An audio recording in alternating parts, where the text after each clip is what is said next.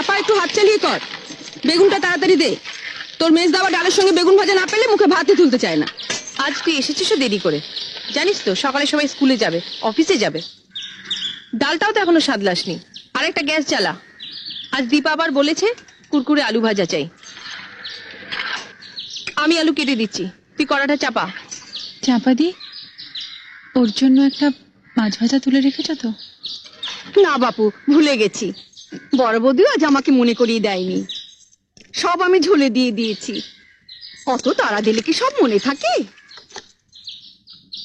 আর কটা দিন অপেক্ষা করো, পুজো আসছে। মা দুর্গার কাছ থেকে 8টা হাত আমি ধার চেয়ে নেব। উফ, তোমাদের বাড়িতে 10 হাত না হলে কাজ করা আমার সম্ভব হচ্ছে নি। সরো। ফাজলামো করিস না চাপা, তাহলে তো রাবণের কাছ থেকে তোকে 9টা মাথাও ধার নিতে হয়।